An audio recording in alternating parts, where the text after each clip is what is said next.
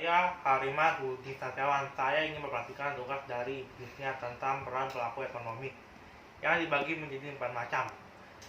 Pertama, peran rumah tangga keluarga. 1. Sebagai konsumen.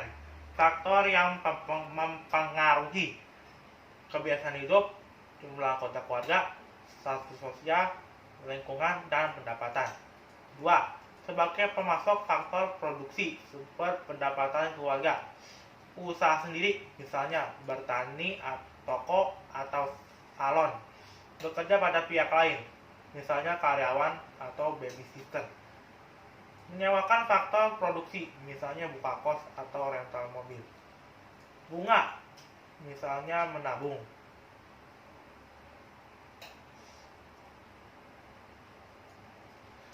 2. Peran rumah tangga produsen. 1. Sebagai produsen. A. Industri primer, misalnya pertanian dan peternakan. B. Industri sekunder, misalnya perusahaan mobil dan perusahaan sepatu. C. Industri tersier, misalnya pengangkutan dan pinjaman. 2. Sebagai konsumen, pemakai faktor produksi. A. Faktor produksi alam, misalnya kayu, emas, dan perak. B. Faktor produksi modal, misalnya mesin dan gedung. C. Faktor produksi tenaga kerja, misalnya guru, dokter. D. Faktor produksi keahlian. 3. Sebagai distributor.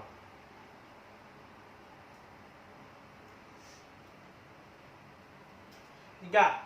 Peran rumah tangga pemerintah. 1. Sebagai regulator, mengeluarkan peraturan ekonomi, pemberian subsidi, menentukan besar pajak, dan pemberian izin.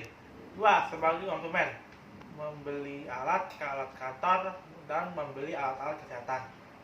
3. Sebagai produsen, mendirikan BUMN, PT KAI, dan PLN.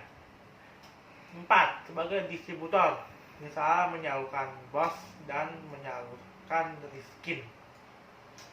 Peran sektor luar negeri. 1. Sebagai konsumen melalui kegiatan. 2. Sebagai produsen melalui kegiatan ekspor barang. 3. Sebagai investor. 4. Sebagai sumber tenaga kerja. Sekian presentasi dari saya. Terima kasih.